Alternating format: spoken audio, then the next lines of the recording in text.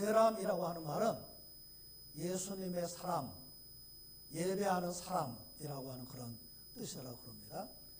그 팀을 이끄는 전혁 목사님이 새롭게 하소서에 출연해서 간증을 했는데 저는 그 간증을 듣고 은혜를 받았습니다. 이분이 그 교회에 부임을 해서 그 청년회를 지도하는데 한 100명, 110명 이렇게 늘 모였는데 갑자기 한 70명으로 숫자가 떨어졌다는 거예요. 무슨 특별한 일이 있었던 거 아니고 있었던 청년들이 갑자기 군대를 가고 그 다음에 취업을 해서 외지로 나가버리고 그래가지고 분위기가 좋았는데 숫자가 갑자기 한 70명으로 떨어진 거예요. 그래서 그 지도하는 목사가 얼마나 힘들었겠어요? 거기에다가 아주 그 찬양팀이 아주 활성화됐었는데 찬양팀 중에 2명 남고 다 떠나버렸대요. 남은 2사람 중에 한 사람은 중학교 때부터 성대 결절을 알아가지고 소리를 잘 못 내는 그런 사람이었고 또 한 명은 피아노 배운 지 5개월 된 그런 청년이었다고 그럽니다. 앞이 보이지 않는 거예요. 아무리 생각해도 할 수 있는 게 없어요. 그래서 이제 내가 교회를 그만둬야 되겠구나 막 생각을 하고 있는데 남아있던 2명이 찾아와가지고 하는 말이 아니 목사님 남아있는 우리를 향한 하나님의 뜻이 있지 않을까요? 둘이 한번 해볼게요.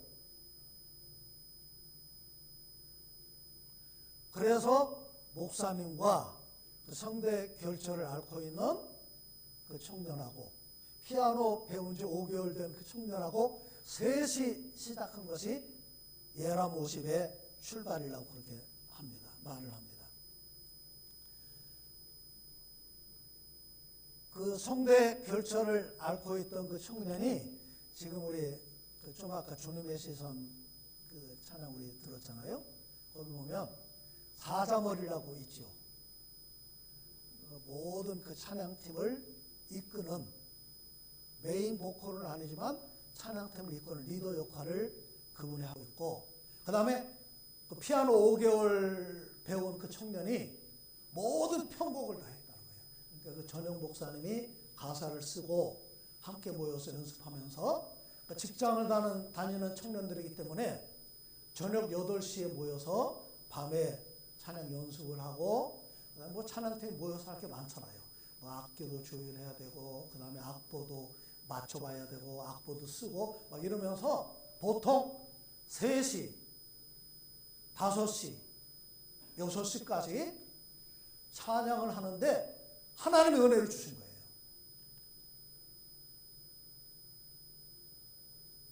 예람 50 그 찬양은 제목이 있고 꼭 부제가 있어요. 혼자 걷지 않을 거예요 라고 하는 그 제목은 부제가 뭐냐면 폭풍 속을 걷고 있을 때라고 하는 부제가 붙어 있어요. 가사를 보면 전혀 CCM 같지가 않아요. 그래서 안 믿는 사람들이 그 찬양을 아주 좋아해서 유튜브 인기 동영상 18위에 올라왔다는 거예요. 대단한 겁니다. 가장 유명한 찬양은 좀 아까 우리가 불렀던 그 주님의 시선이라고 하는 그런 찬양인데 무려 500만 뷰를 기록을 했다는 거예요. 그 주님의 시선의 부제는 뭐냐면 나는 38년 된 병자입니다 라고 하는 부제예요. 이 찬양은 요한복음 5장에 베데스다 연못가에 누워있던 38년 된 병자가 간절히 도움을 요청하고 있는 그런 상황을 담고 있어요.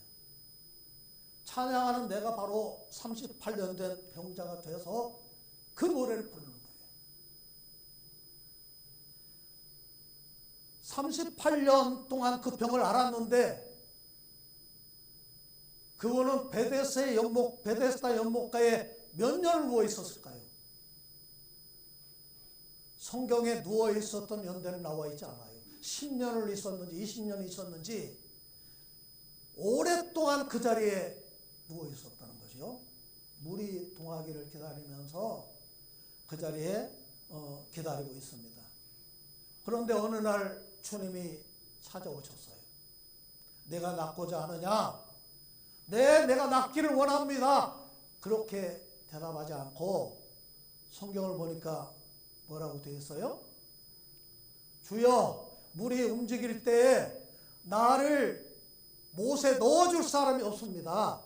그 다음에 또 뭐라고 그랬어요? 내가 가는 동안에 다른 사람이 먼저 물이 동하면 내가 가려고 막 길을 막 쓰고 있는데 아니 그 사이에 다른 사람이 홀랑거리 들어가 버리는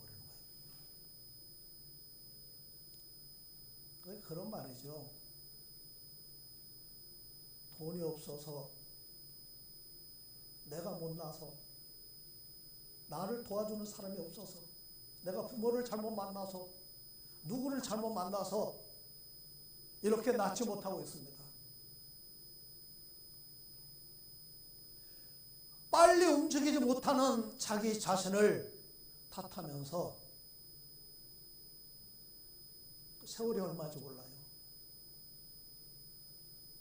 거기 누워있는 그 사람에게 주님의 시선이 머물렀어요. 주님이 그 병자를 바라보시면서 네가 자리를 들고 일어나 걸어가라. 그랬을 때 이분이 그 말씀에 뭐 했어요? 순종했어요. 아니 나 못해요. 안 해요. 무슨 소리 하는 거야? 그렇게 하지 않으셨다는 거죠. 그랬을 때 걸어가는 역사가 나타나게 되었다는 겁니다. 흐르는 시간이 한숨만 남기고 반복된 실패 속 지쳐갈 때, 내 마음의 소망이 눈물 조각 될 때 주님의 시선 나를 비추시고 상처난 내 마음 만지시네, 나를 부르시네, 내게 말씀하시네, 나로 살게 하시네. 주를 봅니다. 지금 이곳에서 무려 8번이나 우리 그 찬송가에서 반복을 합니다. 물이 동하기만 쳐다보고 있으면 해결되지 않아요. 38년 된 병자가 어떻게 차를 들고 걸어갈 수가 있습니까? 혼자 할 수가 없어요. 나를 도와주는 사람도 없습니다. 주를 봅니다. 지금 어디서? 이곳에서. 지금 내가 주님을 봅니다. 주님을 바라볼 때 주님이 도와주시고 고쳐주시고 해결해 주시는 줄로 믿습니다. 믿음의 주요 온전케 하시는 이인 누구를 바라보자? 예수를 바라보자. 히브리서 12장 2절에 있는 말씀인데 그 예수는 어떤 예수예요? 십자가를 지신 예수입니다. 그래서 히브리서 12장 2절을 보니까 믿음의 주요 또 온전케 하시는 이인 예수를 바라보자 그러면서 그는 그 앞에 있는 기쁨을 위하여 십자가를 참으사 부끄러움을 개의치 아니하시더니 하나님 보좌 우편에 앉으셨느니라. 3절에 또 이렇게 말씀했어요. 너희가 피곤하여 낙심하지 않기 위하여 죄인들이 이같이 자기에게 거역한 일을 참으신 일을 생각하라. 십자가를 바라보고 참으신 일을 생각해라. 인내해라 그 말이죠.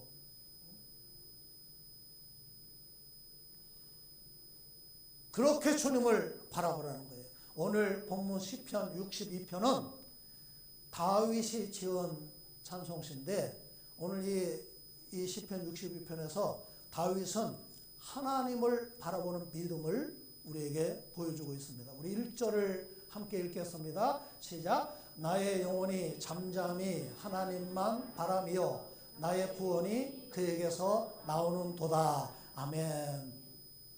잠잠히라고 하는 말은 조용히, 겸손히, 서둘지 않고 그런 뜻이에요. 주위가 시끄러워도 조용히, 그 내면이 조용히 주님을 바라보라는 거죠. 겸손히 주님을 바라보라는 거예요. 경거망동하지 말고 다른 데 눈 돌리지 말고 오직 주님을 바라봐라. 이 잠잠히라고 하는 말은 침묵한다고 하는 그런 뜻도 있습니다. 말하지 말라는 거예요. 소리치지 말라는 거예요. 불평하지 말고 입을 다물라는 겁니다. 우리가 살면서 억울한 일도 있고 어려운 일 당할 때도 있고 죽을 것 같은 때도 있고 고통스러울 때도 있지만 그럴 때도 잠잠히 누구를 보라고요? 하나님 바라봐라.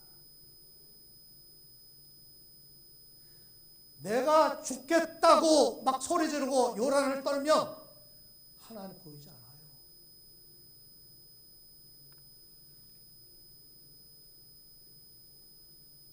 그것은 어떤 환경에서도 하나님을 신뢰하기 때문에 다윗은 그렇게 고백했다는 거예요. 왜 우리는 하나님을 바라봐야 됩니까? 1절에 그 답이 나와 있죠. 나의 영혼이 잠잠히 하나님만 바라미요. 무엇 때문에? 나의 구원이 그에게서 나오는 도다. 아멘. 하나님이 나를 구원하시기 때문에 내가 하나님을 본다는 거예요.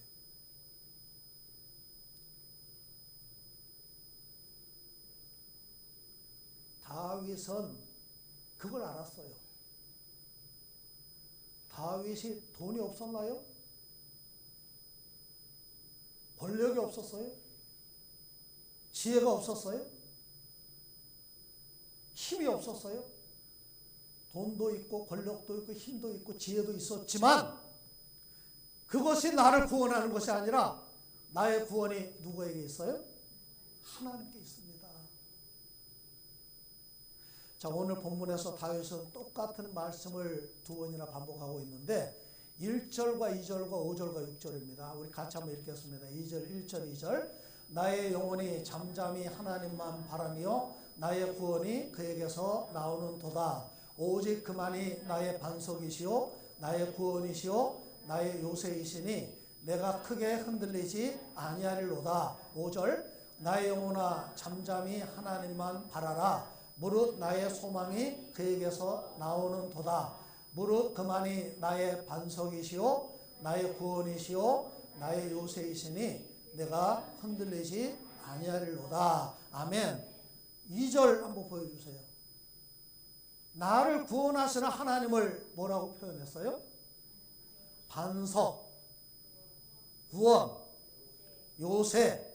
6절 말씀도 똑같죠. 여러분, 그 다윗이 사울왕을 피해서 도망다닐 때 동굴에 숨었던 그런 때가 있었죠. 사울의 3,000명의 군대를 동원해서 다윗을 죽이려고 포위망을 좁혀오는데 도망갈 데가 없어요. 동굴 속에 숨어서 시시각각 좁혀오는 그 포위망 속에서 다윗은 누구를 바라봤어요? 하나님만 바라봤어요. 다윗이 도망가고 도망다니다가 블레셋 왕 아기스에게 몸을 의탁했습니다. 아기스가 다윗을 환대한 이유는 속셈이 있었어요. 이스라엘과 전쟁을 할 때 이제 사울의 원수인 다윗을 앞장세워서 이스라엘을 결단내겠다. 그런 상황에서 다윗은 싸울 수도 없고 도망갈 수도 없어요. 도망가면 죽습니다. 싸우면 다윗의 미래가 없어요. 그런 상황에서 다윗은 잠잠히 누구를 바라봤다는 거예요? 아멘. 시글락이 초토화가 되고 가족들이 다 사로잡혀 갔을 때 다윗의 용사 600명이 얼마나 다급한 상황이면 다윗을 향해서 돌로 다윗을 치려고 했다는 거예요. 그런 때도 다윗은 누구를 바라봤다고요? 아멘. 사무엘상 30장 6절. 백성들이 자녀들 때문에 마음이 슬퍼서 다윗을 돌로 치자 하니 다윗이 크게 다급하였으나 그의 하나님 여호와를 힘입고 용기를 얻었더라. 아멘. 다윗이 이 시편을 썼을 때 인생의 밑바닥이었습니다. 아들 압살롬이 아버지를 죽이고 왕이 되겠다고 반역을 일으킨 거예요. 아들마저 등을 돌리고 수모와 고통을 겪으면서 도망가는 그 상황 속에 의지할 사람 없고 피할 데가 없어요. 그런 때도 다윗은 누구를 바라봤어요? 아멘. 나의 구원이 그에게서 나오는 도다. 그 하나님을 잠잠히 바라봤다는 거예요. 오늘 다윗이 처한 상황이 3절 4절에 나와 있습니다. 자, 3절 4절 시작. 넘어지는 담과 흔들리는 울타리 같이 사람을 죽이려고 너희가 일제히 공격하기를 언제까지 하려느냐. 그들이 그를 그의 높은 자리에서 떨어뜨리기만 꾀하고 거짓을 즐겨하니 입으로는 축복이요 속으로는 저주로다. 셀라. 아멘. 3절 보여주세요. 넘어지는 담, 흔들리는 울타리, 죽이려고 공격하기를 4절 보여주세요. 떨어뜨리기만 꾀하고 거짓, 저주. 이 담과 울타리는 나를 지켜주고 보호해주는 내가 믿는 어떤 거예요. 그 담이 무너졌다. 믿었던 사람에게 배신당한 그 마음을 다윗이 표현한 것 같습니다. 흔들리는 울타리 막 흔들리는데 곧 무너질 것처럼 위태로운 그런 상황을 표현을 한 겁니다. 사람들이 나를 죽이려고 일제히 공격하는 그런 상황입니다. 여기저기 막 사방에서 공격을 하니까 너무나 다급한 그런 상황인데 그런 때에도 다윗이 누구를 봤어요? 아멘. 잠잠히 하나님만 바라며.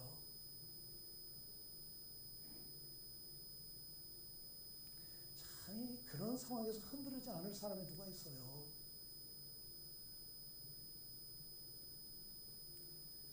그럴 때 잠잠히 기다리는 것이 얼마나 힘듭니까?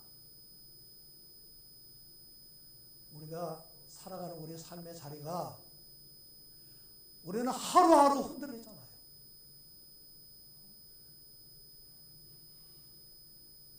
담도 무너지고 울타리도 흔들리고 우리 삶의 자리가 늘 불안불안하고 위태위태합니다. 아마 다윗도 계속해서 흔들린 것 같아요. 그래서 2절에 보니까 내가 어떻게 흔들리지 아니하리로다? 크게 흔들리지 아니하리로다.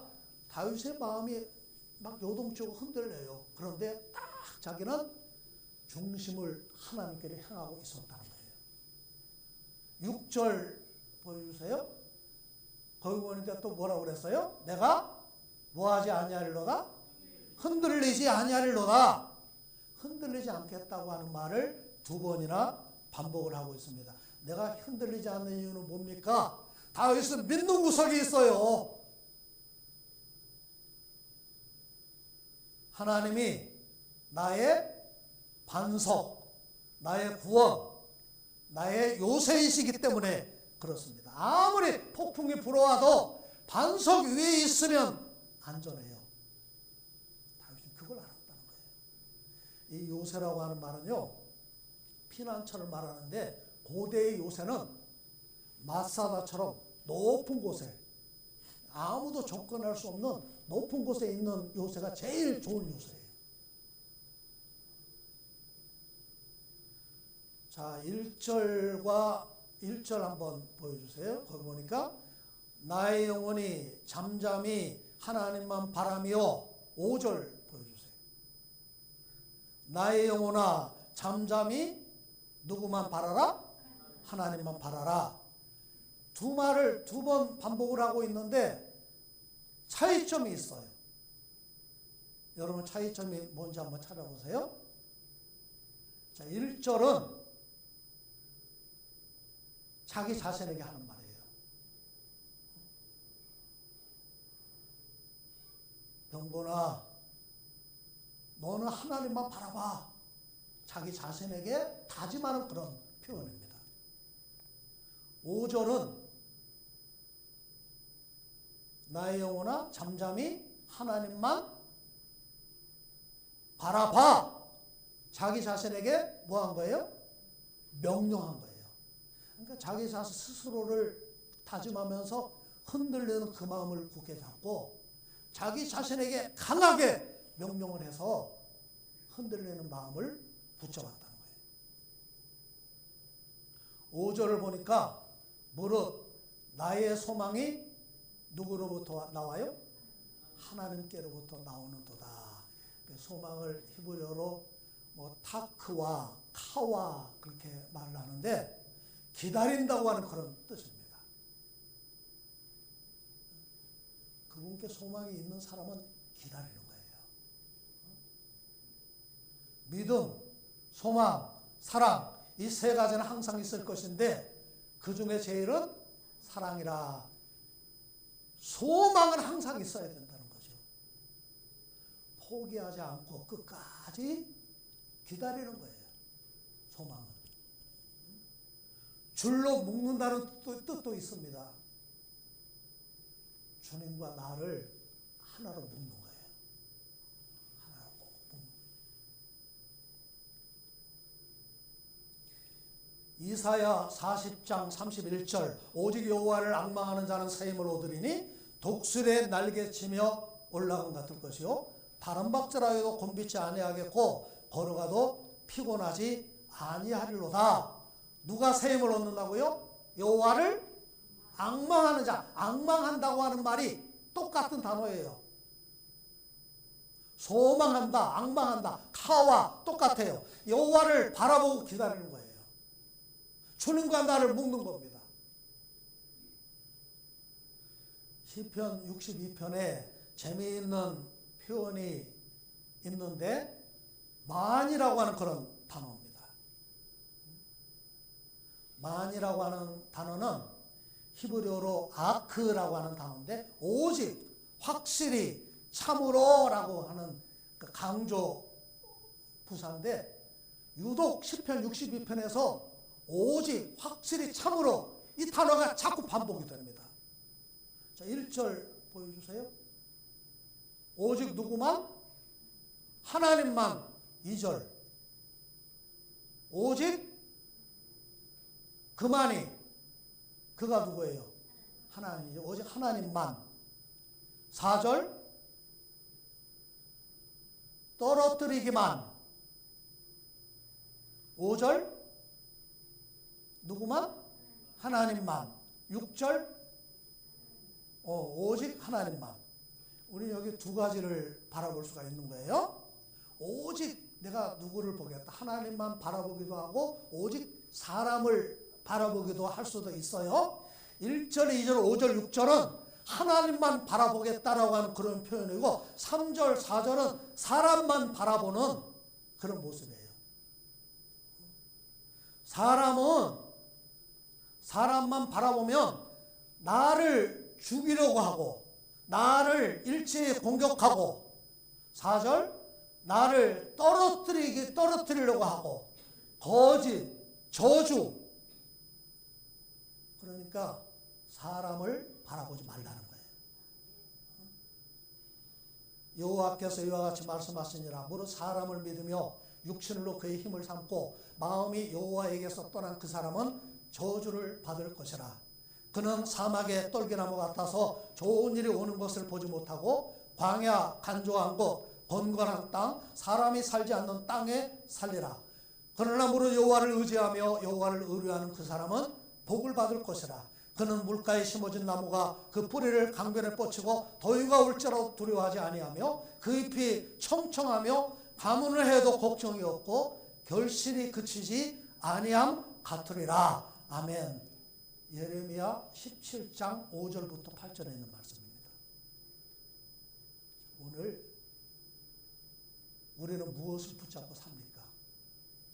뭐니 해도 돈이 최고죠.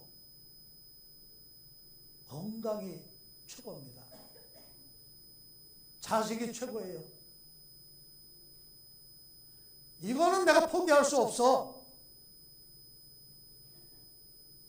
다 있으면 좋죠.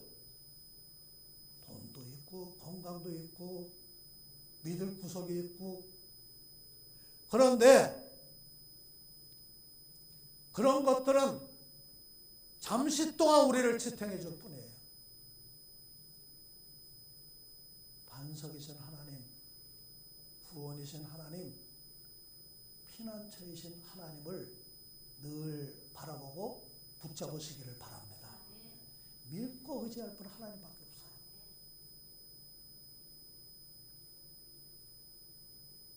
우리 8절 말씀을 함께 읽겠습니다. 시작. 백성들아 시시로 그를 의지하고 그의 앞에 마음을 토하라. 하나님은 우리의 피난처시로다. 아멘. 시시로라고 하는 말이 무슨 말이에요? At all time, 언제나, 항상, 때때로, 언제나 하나님을 의지하고 그 다음에 뭐를 하라고요? 하나님 앞에 마음을 토하라. 우리가 자기 스스로에게 불평하는 거 아무 소용없어요. 다른 사람 탓하는 거 소용없어요. 하나님 앞에 마음을 토하시기를 바랍니다. pour out, 영어로 그렇게 되어 있어요. 이게 토한다고 하는 거는 쏟는 거예요. 마음속에 있는 거를 쏟아 놓아라. 저는 멀미를 참 잘했어요. 제가 어렸을 때부터 멀미를 잘했는데 차멀미 아주 지긋지긋합니다. 배멀미, 와, 이 배멀미는요 차멀미하고 비교할 게 아니야. 그냥 안에 있는 거 다 쏟아내는데, 제가 그 반모섬에 갈 때 멀미 안 하려고 한 배를 한 2시간인가 타고 가잖아요. 타고 갈 때 멀미 안 하려고 멀미 약을 먹고 그 다음에 또 귀 밑에 갖다가 붙이고 그 다음에 그 침을 잘 놓는 목사님이 계셔가지고 그분한테 침을 맞고, 그러고 갔는데 그날 멀미를 얼마나 심하게 했는지 몰라요. 아마 이게 그 한 가지만 해야지 막 귀 밑에 붙이고 멀미약 먹고 막 하니까 이게 부작용이 난 것 같아요. 토하면요 다 올라옵니다. 심지어 내가 먹었던 것도 다 토하고, 그 다음에 그 안에 위액이 또 이렇게.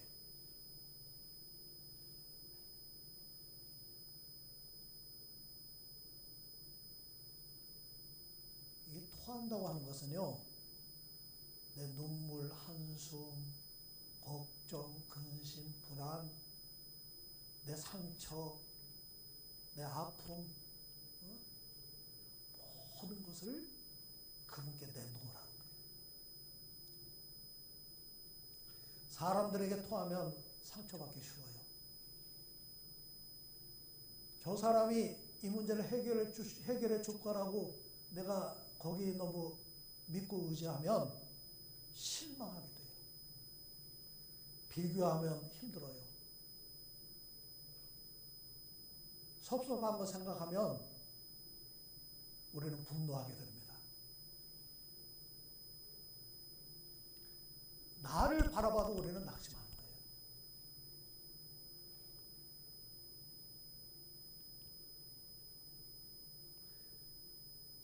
오늘 저와 여러분들이 예배하면서 이 시편 62편의 이 말씀을 통해서 잠잠히 누구를 바라봐야 돼요?